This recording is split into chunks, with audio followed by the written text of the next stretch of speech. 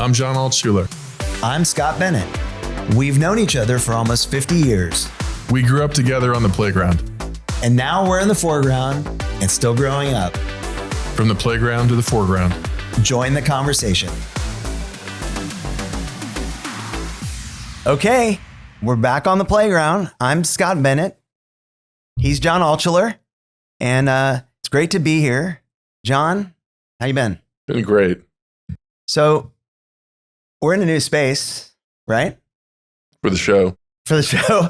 Well, you did say in our last episode, we were going to assess after episode 8, as good teams do, right? They look back at what they've done so far. So we've had 8 games or episodes, and we did make it to 9. So that's good. A little bit about the space. I'm happy to be here. Just curious if you'd share and for our viewers and listeners where we are. This is our office at Altschuler and Company, downtown. Okay. And how long you been here? Yeah, I've been here 10 years. Really? Yeah. Same space in the building? Same space. Yeah, it's been fun. And the building's changed, right? It's changed a lot. Full wholesale renovation, new tenants, apartments, owner's office next door to us.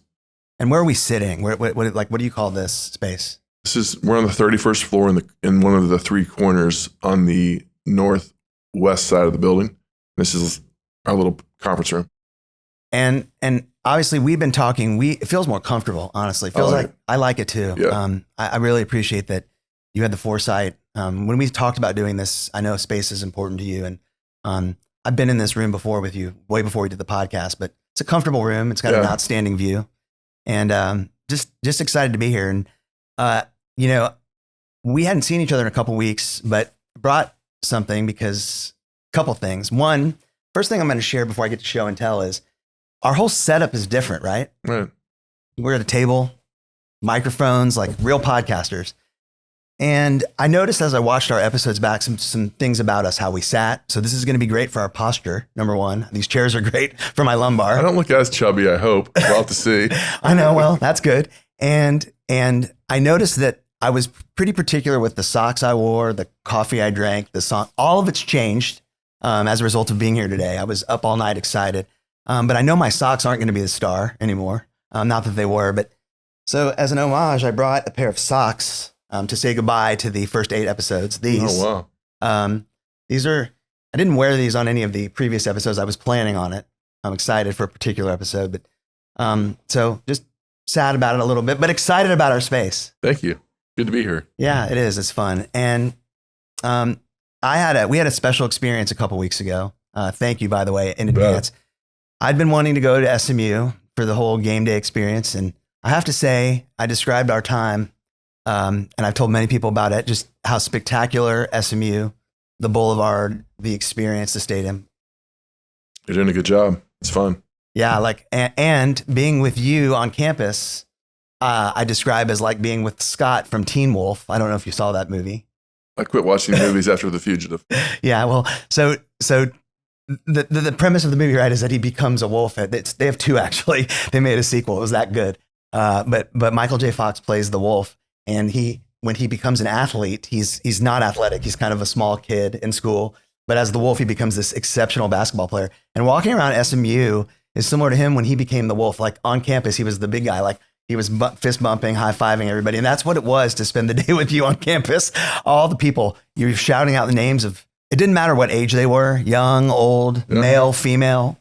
I feel like you were totally the man on campus, the big man on campus. I wouldn't say that, but I do know a lot of people there. Yeah, and it was fun. We stopped at some different women's golf. Yeah, that's fun. Tailgate, different tailgates, and had the game day experience, and had great friends to watch the game with. It was not only was the game great, everybody that you invited that day was great. That was fun. So for show and tell, Jon, I brought something. I knew I was going to get it that night. I was excited they gave these away. I brought this. Rally towel? The rally towel. Go Ponies. And they did win, by the way. That was homecoming. Yeah. What, do you remember the score? I don't remember who we played. We played Pitt, I guess. Yeah, Pitt. Yeah. I'd been looking forward to that game and hoping I could do it. It wasn't clear whether it was going to be a night game, but they gave away these towels, and the tickets that you have, I think that space is brand new. Yeah, brand new. Weber End Zone. Yeah, what's particular about it? I mean, they've been working on it. Just filled in the bowl so that enables more energy in the entire environment, for one. And two, it's got all the football stuff underneath that we didn't see. Yeah. Training room, locker room. I was totally blown away. It's cool. And just blown away by the presentation of the game. Bryson DeChambeau was there that day. Yep. Maybe he'll be on in a future He shows podcast. up a lot. Yeah. I hope we get him on. I think that would we can. I think we He can. needs to get a hole in one first over his house. And I bet if he comes on, he will show up, which is very different than what happened today. Yep. Our 9th episode, our first guests did not show. Yeah, that happens. I know. I mean, when you start getting bigger and bigger guests, it's tougher. Their time is limited. And as is the case, it may or may not have been a former Dallas Cowboy. Shocking. Can't figure out the parking. But maybe that explains it's the irony of this whole thing, how I am not a fan. Welcome downtown. And to Dallas Cowboys that can't go without a handler. Yeah. It's like why I quit them is they were getting in so much trouble towards the end with Dwayne Goodrich and some others. Like they were getting tickets. They were just running Can free. we at least be clear that it's not Troy Aikman who no-showed us? Yes, because he might be a guest too, right? No-show us. Yeah. Yeah, but anyway, I am thrilled about being here, excited about our guest who is going to be here. And quite frankly, probably better than any of the guests we've had so far. He's watched us do this and grow up. So excited about introducing our guest. We've mentioned him a little bit, but he's going to be on camera with us. You can find us on social media at Playground Foreground. Don't forget to check out our YouTube channel and subscribe. Well, we're back on the playground. And in fact, it is a new playground. A little fun with that. Excited about our guest, Jon. Actually, this is a friend of mine. Yeah. And I'm excited. You know him though. Friend of mine too. Yeah. Now. But he's somebody I admired a long time. And I wanted to be his friend when I first met him. I met him 2 times before I could actually, I think, say he was my friend. His husband works with my spouse. So we share that. He is way more than a local celebrity. He's intelligent and smart. It's our producer, our teacher, our mentor in all things podcast, Ron Corning. Yay! The Zsa Gabor from the Playground to Foreground. When a guest doesn't show up, I will sit in and help you guys along. Now, by the way, the producer me says, stop swiveling in your chair. Okay. And lean into your mic a little bit. All right. Okay. Thank you. A little bit like this? You want me like this? Yeah, I think so. I mean, does that work for you? Sure. Okay, good. How am I doing? You're pretty good. Pretty All good. right. You're still slouching a little bit good. more than I'd like. I know. Well, But you're learning. You're getting there. I think I mentioned to you earlier before we started taping that I thought this was going to be better for my posture, and you were going to be proud of that. It's going to really build my core while I'm here. So It's great for your posture. Not good for the guests. It's not working for them. yeah. Well, right. Now, listen, I did not expect in your new playground here for your first guest to take his toys and leave the sandbox. Right. But that's Our sometimes guest how it got goes. here and this left. Right. Yeah, but that's okay. Listen, number one rule of content creation, learn to pivot, right? And that's what we're doing today. Yeah. And honestly, you and I talk a lot. This has been, We talk so much about my this gosh. guest. I mean, ad nauseum. Oh my We God. did. I feel I'm so sorry worn for out. you. I'm almost- I mean, he talks to me a lot. He talks to you a lot too. Like, that's true. You guys are allowed to do this. We've been doing this. It's fine. But I was excited because it was a Cowboy and the irony because may or may not have went to OU too. All the things, and he's not here. Shocking. That's okay. But you are here, and we had talked about having you on. So it was a matter of what episode we were particular about that. And I mean, there's so many things we can talk about with you, and we have. So something I've been wanting to ask you that I've never asked you is, do you consider yourself a Dallasite now? I do. Yeah, I think so. I've never lived anywhere longer than I lived here at this point. So that counts for something. But I think I also moved here at a sort of formative, interesting time in my life and career and have put down roots in a way I haven't anywhere else. So yeah, I would say that. are you a Texan? It's funny you say that. There is a distinction. People will say to me, because, there are perceptions about this state and this city that are generally wrong. And there are some things that are generally right. When people talk about some of the worst parts of the climate in Texas, I don't mean the weather. I'm not saying the word. Good. They'll say, what's it like for you in Texas? And when I first got here, I'd say, I don't really know. I live in Dallas. which that's not incorrect, right? There really is a distinction depending on where you live in the state, how much of it you really kind of experience in a variety of ways. But it's a big, big place. It's big landmass. It's multicultural, socioeconomically very different. So yeah, you're going to have different kinds of cultures, microcultures all over this state. So my life is very different than somebody who lives, on the outskirts of San Antonio. But then again, you could be in New York City and all you have to do is go 40 miles outside of New York City and you're in Amish country of Pennsylvania. So I kind of take all that stuff with a grain of salt. So are you a Texan? Yeah, well, I'm here, aren't I? So yeah. Well, how do you define Texan? I think there's two ways. Have you lived here? Yes. And do you identify with the state? Yeah.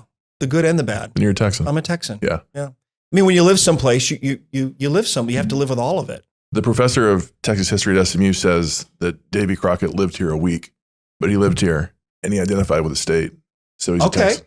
Love the Davy Crockett reference, by That's the right. way. Yeah. Brings me back to fourth grade. That's right. I think I didn't get one of the hats. Who but else this week was we were talking about Harvey Milk, apparently. Lived on Turtle Creek and was part of a Democratic coalition in Dallas. Was here for quite a while, as I understand it. Yeah. Well, we got ahead of ourselves because we know you so well, but I know our audience, and especially, I think I identified today that we're being watched in 9 countries or listened to and 67 geographies. So not everybody knows you. So if you wouldn't mind, give us a little, John and I, when we first met you, and over time we've gotten to know more about your career, and certainly I have, but 90 seconds, maybe that's not long enough. A little about your career, what brought you to Dallas, and oh God, how do I wrap it up in 90 seconds? I mean, I'm a talker, not like Scott, but I can tell a long. Scott will be about 20 minutes into a story and he'll say, to make a long story short. And I basically say it's too late. This is the episode where everybody's going to get it. That's fine. It's fine. I grew up in a small town. All I knew about life outside of that town was what my dad and mom said to me, which was, we want you to have it better than we've had it, which meant my dad was not college educated, blue collar construction worker. And that was a really tough life. And he just wanted it to be better for me. What did that mean when you're from a small town? Well, you become a dentist, a doctor, a lawyer, a professional. So I kind of grew up with that in mind, but I really was interested in journalism and broadcast journalism. I just loved the opportunity to maybe see the world, tell stories, meet people of different backgrounds and so forth. But I didn't really have the courage maybe to do it or the insight, because I just felt like it was a pipe dream. When you come from a really geographically isolated area in the 70s, your world beyond where you live is not really accessible. It doesn't feel accessible. So it wasn't until I went to college that I had a light bulb moment that if I want to do something, I just have to let somebody know and share an interest and they'll help me get there. And that's the short of it, right? So then I started that conventional path in local news, small market, bigger market, bigger market. And almost along the way, surprised myself at some of the success I had fairly early on. And it took me all the way to ABC News in New York, where I anchored the overnight show and was a correspondent for Good Morning America. I was able to leverage that for what is, an amazing opportunity in a top market, a top city like Dallas, at a television station that was renowned at the time, and settled in for almost a decade doing that. But it came to an end. And so the whole reinvention of yourself, and in my case, nearing 50, has been at play for a while. And I have no complaints about it. Was that 90 seconds? Yes, but you were swiveling a bit and your hands were down. Oh, I knew it. By the way, everything in this office is branded. Right. I love it. Even from the hat. But, it's interesting that we had joked about when you'd be on. I was teasing before that we would have you on our bar mitzvah episode, which would be episode number 13. Yeah. Because we've made, and I am, by the way, going to have you both to my second bar mitzvah. I'm working on it. So in 2025, both of you will be with me for my second bar mitzvah. That is happening. I'm making that proclamation today. So when's the date going to be announced? I haven't secured the date. My John's out of town. I know. Don't worry. I will make sure you're available. No, I don't want you to talking about that you weren't invited. What did you say the measure of that is? How long after the heart transplant? Well, 13. No, you can actually do it. When you read from the Torah again, you can do it anytime. Okay. Yeah. And it's going to be hard. I'm going to learn a small passage of the Torah so that you guys can participate in the experience with me. We're going to have a full on bar mitzvah. There'll be others. We'll call Beasley, make sure he's there too, because I think you said he wasn't invited. All of our guests that have been on the podcast now are officially invited as of today.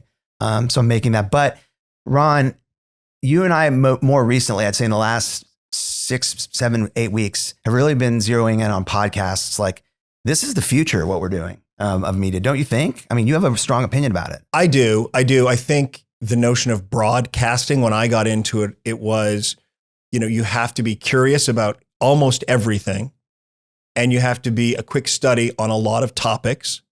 That was the broad in broadcasting. Now it's niche casting. So it's like specific to a topic or a genre, but it's also fractured in how people consume it and how they listen to it and watch it. And, we're going through this, and we haven't really put in place a strategy per se, but we're building that ecosystem. You've got your YouTube page, you're doing the content.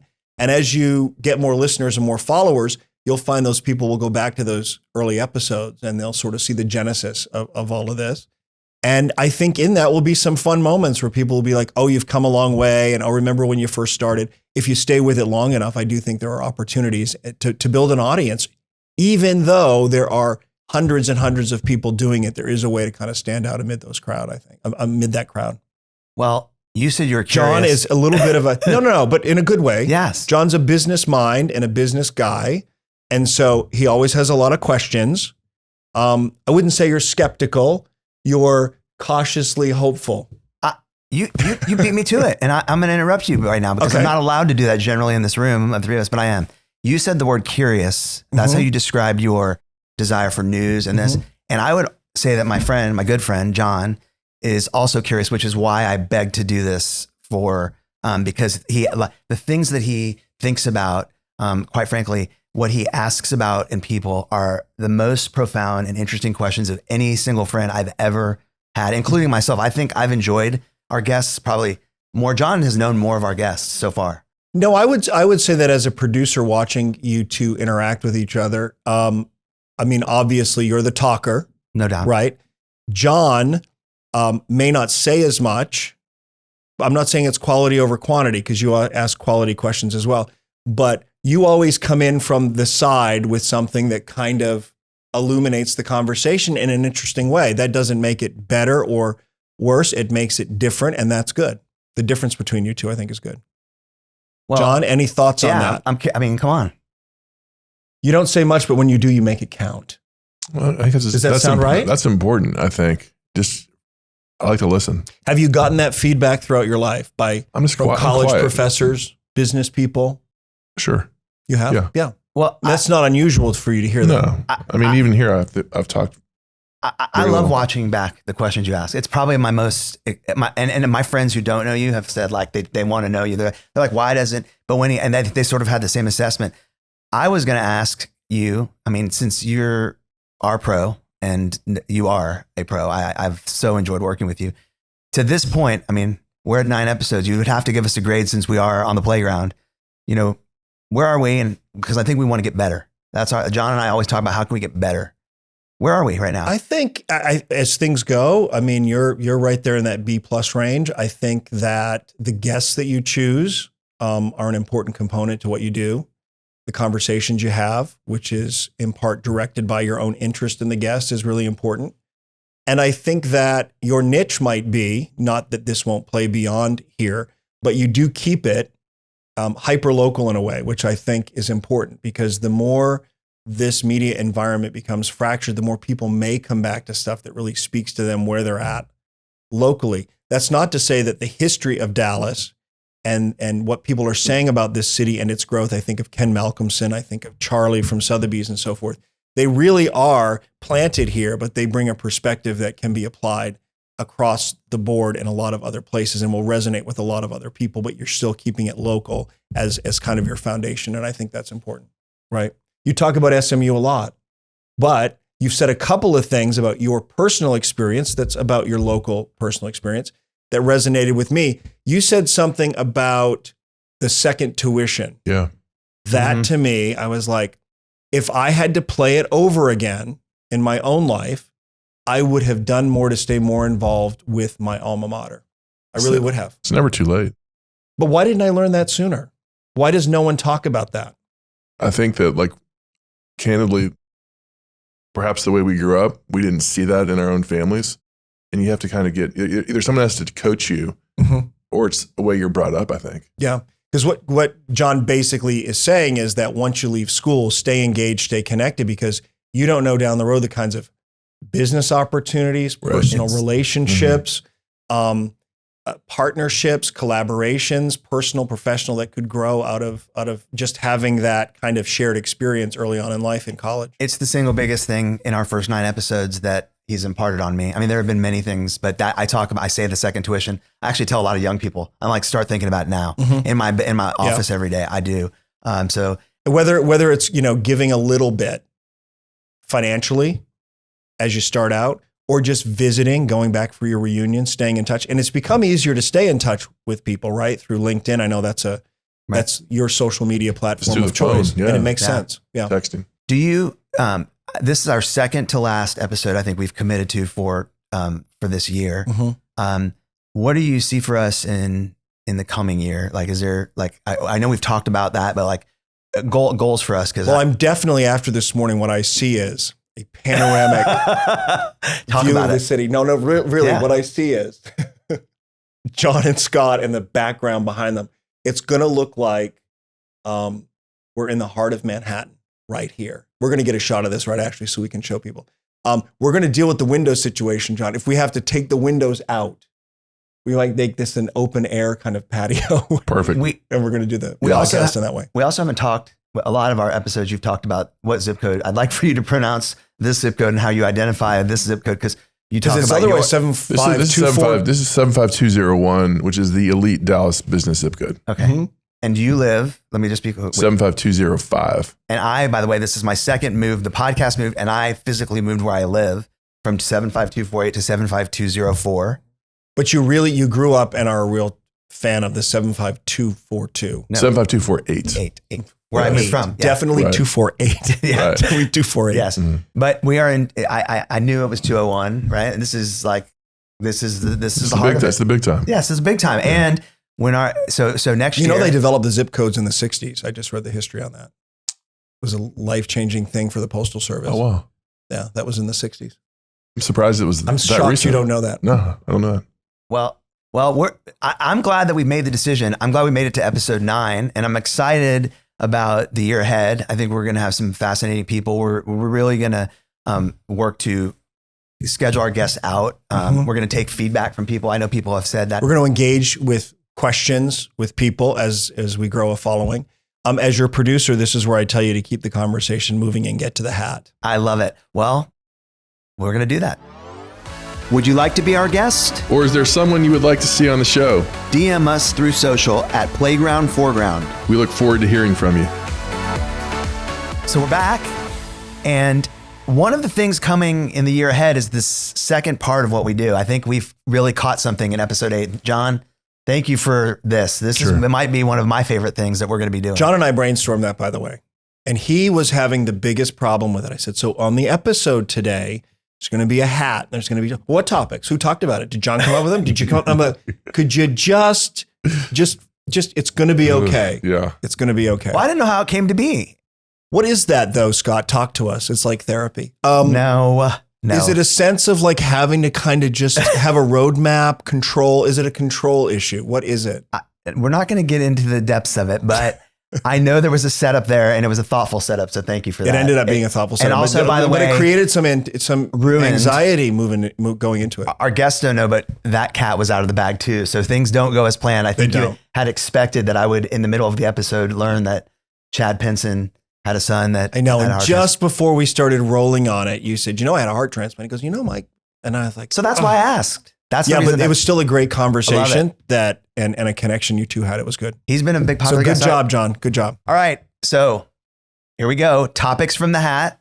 We are 4 topics. Okay. Kind of fallen out. Jon, you choose the topic. And by the way, Ashley, who helps us, has a topic in here. Each one of us put one in today. So really? We don't know who put what in, but let's see. Oh, of course. He gave me something that I can't read. So I know it's Jon's handwriting. Is it in pencil? Yes. That's your writing. It is not my writing. I know what I wrote. That is hard. Let me see if I can It is not read my that. writing. So that's why I asked how to do this. It's amazing. We're gonna have to get better at this. Seriously, John, It's a prank. It's a prank. Oh, it's really not supposed to be anything? No. Okay. All right. Well, Boy, he's really showing his sense of humor today, isn't he? well, the good part about that is, as one of the reasons I did ask Ron, since we were talking about this, because we are going to be doing this. Did you put a legit topic in there? No.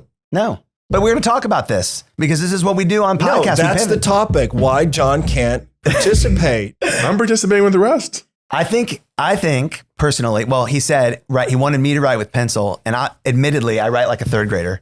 So we really only have 3 topics. I think he's You going to write it like this. Yes, John. I knew where he was going, and he's I not didn't have wrong. a big pencil for you. I'm sorry. A gripper, John. Just a gripper. Did you get a gripper in your supplies? Did your mom pay the extra for you and your school box to get a I gripper? think that was like 5 cents. Yes, Maybe 15. I don't know. I had green and red. We did, Ron. This is a real thing. We had a supply closet. Yeah, to hold the pencil correctly, the gripper was wider for a smaller hand. I have small hands, everybody.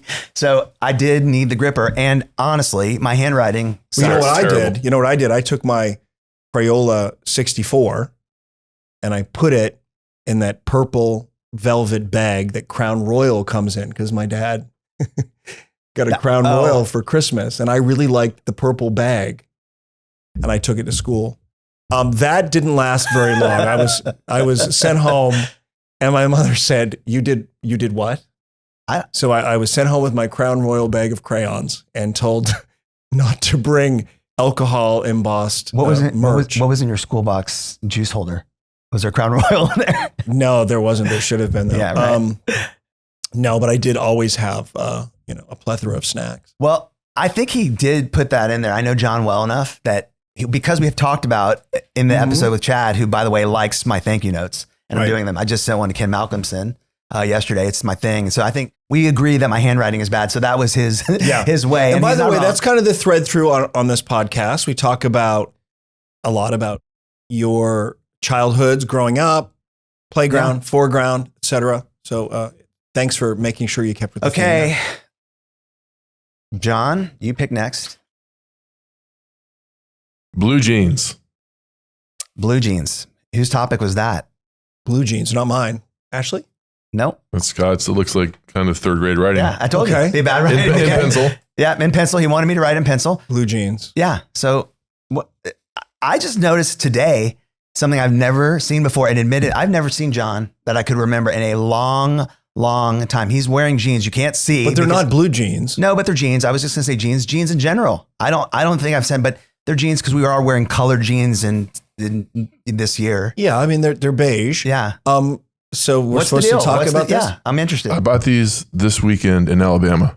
Is that your only pair? Yes. It's your Really? only- Yeah. Please don't get them dry cleaned with a crease like down the middle. Are you No, gonna no, do no, that? no. I had an I've already uncle- washed them like I twice. had an uncle who started Yeah. wearing jeans, in My his dad did. 60s. He got them dry cleaned. Like you could almost like cut bread with the crease in the. You don't put a crease in jeans. Well, did you plan to get the jeans there? I mean, what do you mean? So you here's the did- deal. So I'm playing golf at Shoal Creek in Alabama. Yeah. And I'm finishing up my round. We're having lunch afterwards. I tell my playing partner, hey, I'm going to 5-Star Reserve. It's an hour and a half away. We're hunting. And this guy knew what the procedure was. He knew what was going to happen at 5-Star. He'd been there many times. I said, I didn't bring any clothes. They have a pro shop. I was going to buy my stuff there. He said, no, well, they're not going to have pants there. Go to Cavender's, which is right out the way on the right, and get a pair of them. How out of water were you at Cavender's? Like, what happened when you walked I in walked there? in. I said, hey, I need a pair of like khaki pants. And they gave me 2 options. So I said, which one's less expensive? Oh my They God. said Wrangler. I said, where are they? They pointed me over there. Oh my gosh, And they're Wranglers I was just too. hoping I wasn't a 40. You And were I like- wasn't a 40. Yeah, You have- Cavender's is for people who can't afford Cabela's. Okay, I think so. Right. Yeah, Ah. these were $60. Yeah. But $60 you know who likes Wranglers? Oh, those I would know be lots of those people would be like 'em. 90 Yeah. at Cabela's for Mike sure. Burns loves these. A lot of people. I know Mike Burns does. I like him. So let's He's coming after you lately. Oh my gosh. Have you seen that? John has just turned a corner and become a fashion influencer. I know. That's right. Give us your 10-point take on the Wrangler beige denim from. Can we get him to stand up? Can we get him to stand up for this? Stand up. I think Stand they're up. fine. They're nice. No. You're wearing them again, so you like them. Yeah. We'll definitely insert a fashion photo here. Okay. Yeah. No Actually, doubt. we'll insert a fashion photo here. Are you- sound They're effect? fine. There it is. Also, I noticed because they've been doing a lot of advertising. You know who their spokesperson has been? No. Do you know? The guy, the neighbor on Home Improvement. No, but that's a good guess. Brett Favre, big Wranglers guy. Yeah. Okay. I actually, previous career, worked with George Strait. He was before there were celebrity endorsements. Oh yeah, he's big. He's still doing the Wranglers. Yeah, always. Yeah. And with the crease, like you talk about. And, Yep, with and the he wears crease. a cognac colored Justin full quill ostrich boot. My I gosh, know a that's lot. very specific. I know. You I know know a lot about George I know. Strait. I do. Well, I worked with him, but he wore that color is actually called. You're going to be shocked by this. Like you thought I couldn't start a fire. That color is called wheat. People at the University of Texas know about Wranglers. I may or may not have had that color jeans, and I did. That's what we wore when I was a Texas Cowboy. You're coming across angry at this moment. Excited. So do you think you'll add more to your wardrobe? Well, not more Wranglers. No, this will be it for you. Yeah, but this will probably last a long time. Yeah. Like, these are built to. Built to last. Yeah, they're good. There's an endorsement right there. That's right. All right, next topic. Okay. Ashley, come on in. Built to last. I think that's Ford truck, isn't it? This is Ashley. This I'm is not we're a truck picking guy. for Ashley, but John, I want you to pick again. Who has the motto "Built to last"? Somebody already has that. Friendship.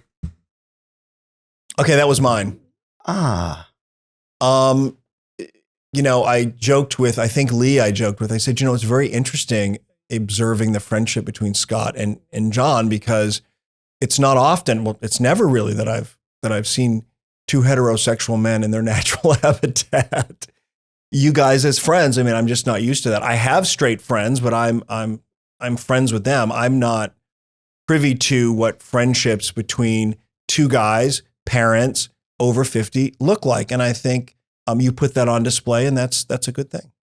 It's interesting. Well, curious. And how you've made your friendship last so long. That's another thing that I'm curious about. Well, what do you think it is first? What do I think? What is? Why is our friendship? Why are we still here? Like, why are we together doing this podcast, spending all the time we are? We're spending a lot of time together. And From kids to high school to college to different careers, et cetera, et and we're cetera. spending more time together now that collectively in this year, I've spent more time with you. Well, you also moved near me. That's not it. Oh, so it's That's a friendship totally- of it's convenience, it's really. helpful. Yeah. It's definitely helpful. I like being closer to you. Well, I mean, it's 25 minutes away. Yeah, I know. Yeah. Where you were. Yeah. And we were raising our kids differently at different But places. that's interesting. You think that Proximity certainly matters. proximity in general. Yeah. What I found about friendship is that if you don't have a regularly scheduled, almost disciplined timing and cadence to the interactions, Mm-hmm. it just, No, I heard something different than that this week. what? I heard that real friendship isn't necessarily, lifelong friendships, necessarily defined by proximity or how often you talk. It's a matter of, are you able to pick up where you left off? Or is it somebody you can call in a moment of need who you know is going to be there regardless? And I think I have a couple of friendships like that of people who live in other places. And I've had friendships dissolve because there wasn't that proximity. And then you wonder, they say, what is it? A reason, a season, a lifetime. There are different things that define whether someone's in your life for a reason, for a season, which could be a short amount of time, or for a lifetime, right? If you guys I agree with retire and go separate places, are you going to remain friends? Oh yeah. I mean, I'll remain Right? friends. That's in today's day and age, it's easy to remain friends, I think. Mm-hmm. But, while I agree with what you said, I still think having a cadence to interacting with someone and seeing someone, that just deepens the. It reinforces it. Yeah. Absolutely. I agree. Well, you were gone. I think I noted this particular week. That's the longest I've gone without talking, at least communicating with you for a few days. We usually will text but because of the show. And I know I was gone for 3 nights. I know I missed you. Okay. That's what I'm trying to say. Have you each had friendships that have changed, where someone has changed so much that you're no longer friends with them? Yeah. You don't feel like you see eye to eye, or don't have anything in common? This particular topic, I'm holding back the tears, to be honest. Really? Oh, come on. I am. It Why? really is. Really? Because 572 days ago, we wouldn't have been doing this. I wouldn't have had this chance. I wouldn't have had a chance to be your friend or continue our friendship. Yeah. I wanted to do this for a long time.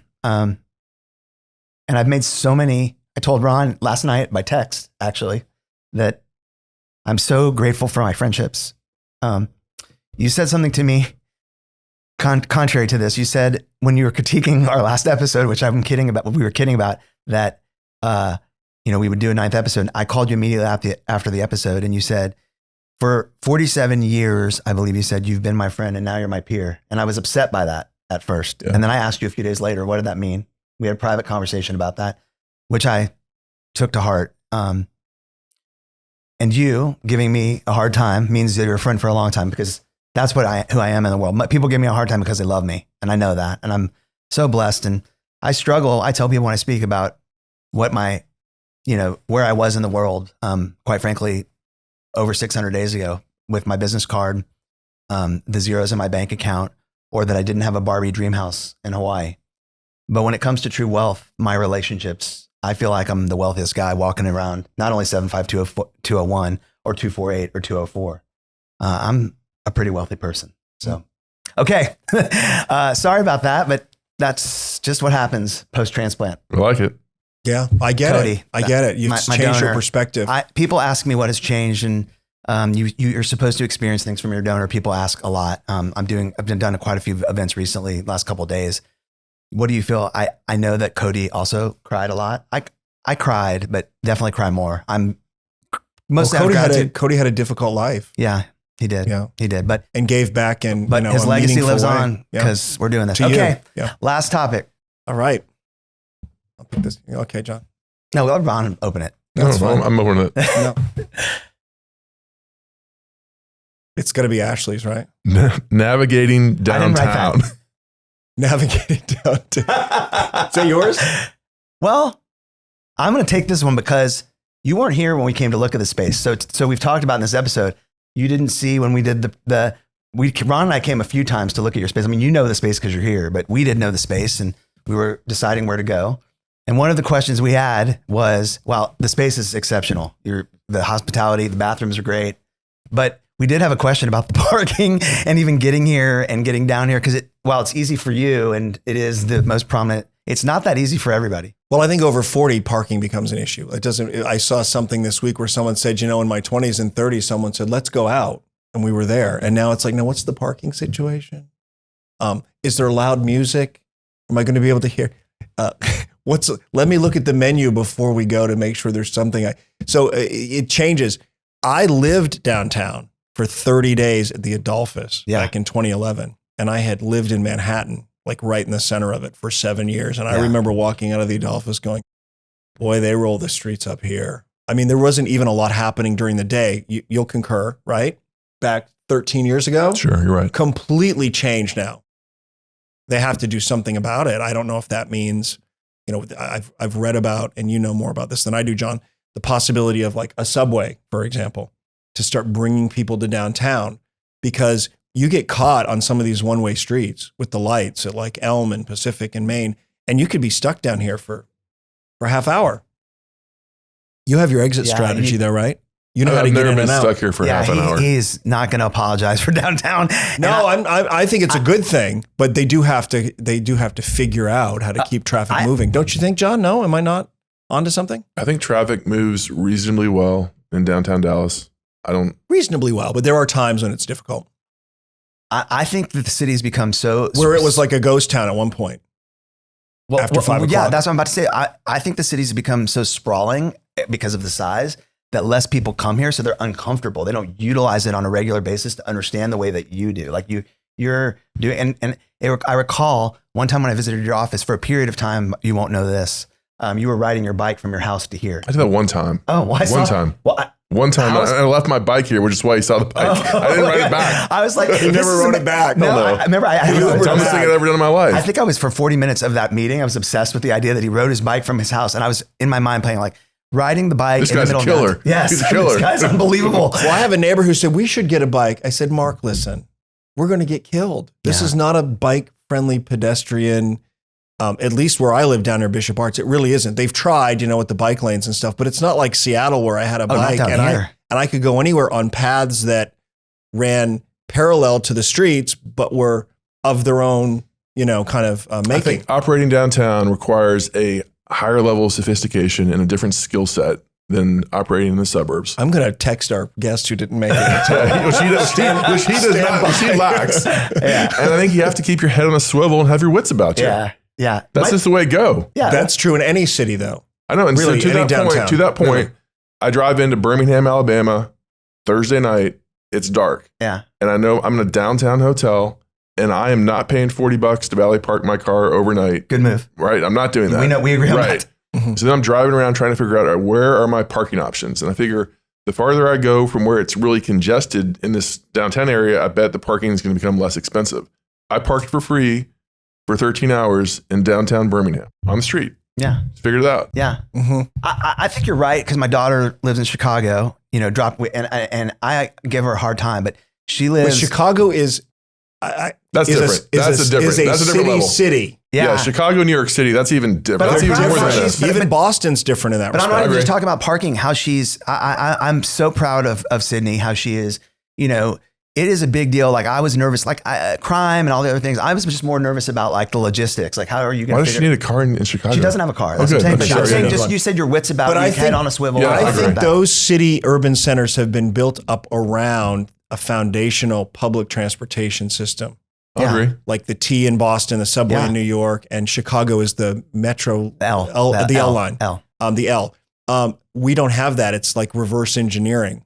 This was a small little city, and this was a city sprawling with neighborhoods and almost little towns around it, right? Like I consider a lot of, like Bishop Arts is like its own little town, but it's part of the city. It's just different. And so as people move from other parts of the country, trying to replicate the urban experiences they've had other places, are sort of left flat-footed going, oh, it's hard to get around here. Yeah. I think that's just a problem we're dealing with. As we close the 9th episode, I think in our new space, which John, I love it. Ron, what do you think? You like the space? We're working it out. Yeah. Scott, everything's a work in progress. I agree, but parking, we saw some of the things, which direction we were going to sit, which is new. Mm-hmm. Anytime you move, right, you got to, everything's new. And so that's definitely today. But it's going to get us ready for what I think is going to be an exciting year. These last 2 episodes, we're coming out of training camp big next year. I will say this. I was bearing the lead that to get into the building when I was trying to get here, there was somebody stuck right at the small. I think the ramp is too small to come down there. It's a lot of accidents. Oh my God, are we back to talking about the park? We're back to the parking. I'm just going to say, so for our future guests, I'm going to make sure that we're explicit. Like we're going to have to draw a picture and make it very clear. Car service. That's Alt & Co. right on the side of the car. That's not a bad idea. Not a bad idea. But great episode. Good work. I'm going to get you a golf cart. We're going to pick people up. And we have to thank our guest, Ron. You've been awesome to work with, and it's fun to get to do this when we get together, and excited about what's ahead. So thanks for bringing us to episode 9, getting us this far. Well, and what comes beyond, I think, is going to be awesome. I appreciate it. Thanks, Scott.